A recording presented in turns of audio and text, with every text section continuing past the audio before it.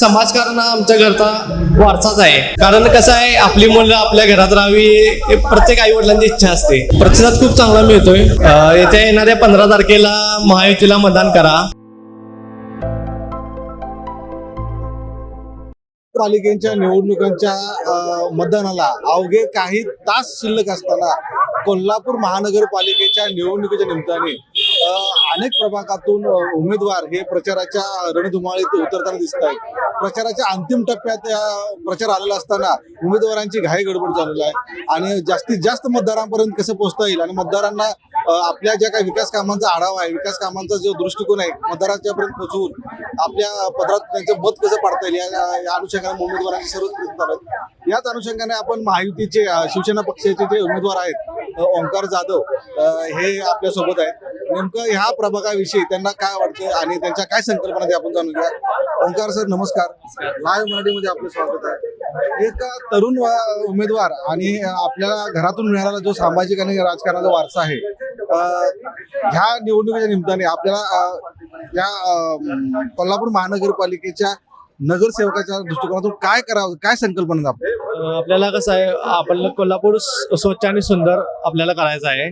त्याचबरोबर आमचा वॉर्ड पण स्वच्छ आणि सुंदर, म्हणजे आपल्याला स्मार्ट सिटी, तसंच आपल्याला वॉर्डही स्मार्ट करायचा आहे. त्या पद्धतीने आपल्याला हे काम करायचं आहे.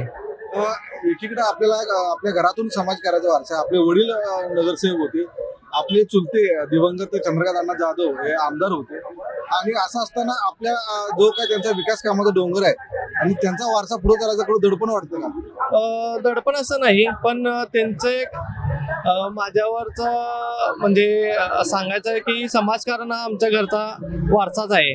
कारण आमचे वडील प्रत्येक वेळी तीन भागातून, वेगवेगळ्या भागातून निवडून आलेले आहेत. तसेच चंद्रकांत अण्णा आमचे काका ते पण आमदार 15 दिवसातच झालेले आहेत. तसेच आमचे काकीही आमदार झालेले आहेत. त्यांचाच कोरोना काळात केलेली मदत, तसेच आपले पाण्याचे जेव्हा टंचाई होती तेव्हा स्वतः तिथे थांबून रात्र दिवस एक करून तिथे पाण्याची सोय करायसाठी तिथे काम केले आहे. त्याच पद्धतीनं धान्य पुरवठा कोरोना काळात सगळ्यांना हे होता, त्यामुळे ते पुरवठा करण्यात आम्ही त्यांच्यासोबत सहकार्य केलेलं आहे.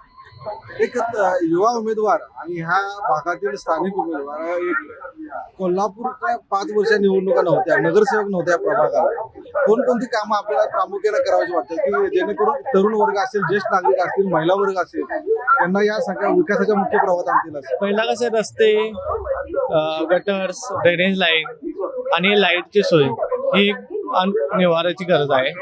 तसेच आपल्या महिलांसाठी लघुउद्योगाची उपकरणे करण्याचा प्रयत्न करेन. कारण जे आपल्या काकींचं फाउंडेशन आहे, जयश्रीताई जाधव फाउंडेशन, त्या फाउंडेशनच्या माध्यमातून आपण लघुउद्योग करण्याचा प्रयत्न करणार आहे. ज्यावेळेस आपल्या ह्या प्रभागात विचार केला होतो, खूप मोठा असा प्रभाग आहे. प्रभाग क्रमांक 13 मध्ये संमिश्र लोकवस्ती असलेला प्रभाग आहे. म्हणजे एकीकडे झोपडपट्टी असेल, उच्चभ्रू वस्ती असेल, मध्यमवर्गीय असेल.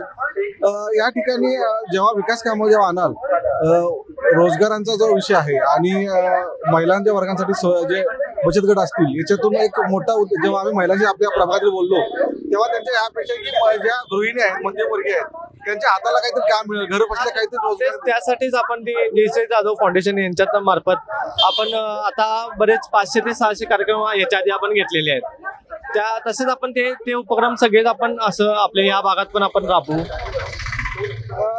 एकीकडं आपल्या पक्षाच्या माध्यमातून, आपल्या सरकारच्या माध्यमातून कोल्हापूरमध्ये IT पार्कचा प्रस्ताव जो आता अलीकडे मंजूर झाला, आपल्या प्रभागातील युवकांना त्याच्या शिक्षण त्या IT पार्कला पूरक अशी शिक्षण पद्धती उपलब्ध होईल किंवा स्पर्धा परीक्षेमध्ये जातील असं काय आपलं मानस आहे? आता आपले नेते एकनाथ शिंदे साहेब, आमदार, उपमुख्यमंत्री यांच्या माध्यमातून आपल्या इथे कोल्हापूरमध्ये IT क्षेत्र उभारण्यात येणार आहे.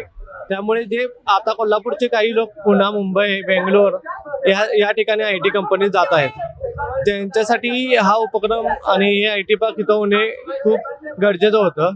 कारण कसं आहे, आपली मुलं आपल्या घरात राहावी हे प्रत्येक आई वडिलांची इच्छा असते. तीच इच्छा पूर्ण होईल याची खात्री आहे. आता प्रचाराचा अंतिम टप्पा चालू आहे. आता 15 तारखेला मतदान आहे. आपलं ह्या जेव्हा आपण मतदारांशी भेटता लोकांशी संपर्क साधता कसा प्रतिसाद मिळतो आपल्याला? प्रतिसाद खूप चांगला मिळतोय कारण मी एक स्वतः खेळाडू आहे आणि आमचं एक फॅमिली बॅकग्राऊंड आमचं चांगली आहे. त्यामुळं कुठलाही आमच्या फॅमिली बॅकग्राऊंडला कुठलाही काही धक्का लागण्यासारखं असं नाही आहे. तसेच आपले वडिलांचं आमच्याशी मार्गदर्शन असणार आहे. त्यामुळे सगळे लोक कसं वडिलांच्या मार्फत मला तिथे सहकार्य करत आहेत. काय आव्हान कराल आता 15 तारखेला आपलं मतदान आहे, नागरिकांना मतदान काय आव्हान करणार? येत्या येणाऱ्या 15 तारखेला महायुतीला मतदान करा. जेणेकरून केंद्रात सत्ता महायुतीची आहे, राज्यात महायुतीची आहे. त्यामुळे कोल्हापूरातही महायुतीचे येणे गरजेचं आहे. कारण जे फंड्स येणार आहेत ते महायुतीचे केंद्रातून येणार आहेत किंवा महाराष्ट्र शासनाकडून येणार आहेत. त्यासाठी विकास जर व्हायचा असेल तर महायुतीला निवडून द्या आणि येत्या येणाऱ्या 15 तारखेला आमच्या पॅनलला मतदान करून 2 कमळ, 1 धनुष्यबाण आणि 1 घड्याळ या चिन्हासमोरील बटन दाबून आम्हाला भरघोस मताने विजयी करा. धन्यवाद. नगरपालिकेच्या आता असा निवडणुका जवळ येत आहेत, आता असं उमेदवार असं अत्यंत रंगात आणि त्याचा प्रचार रंगात आलेला आहे. शेवटच्या क्षणी ज्या काही उमेदवारांना जे साकडं घालायचं आहे आणि ते घालत आहेत.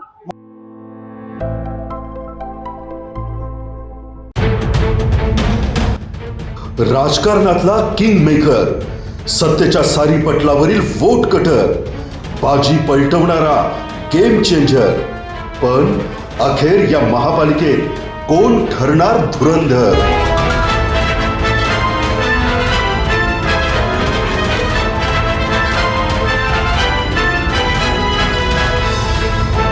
पहा फक्त लाईव्ह मराठीवर.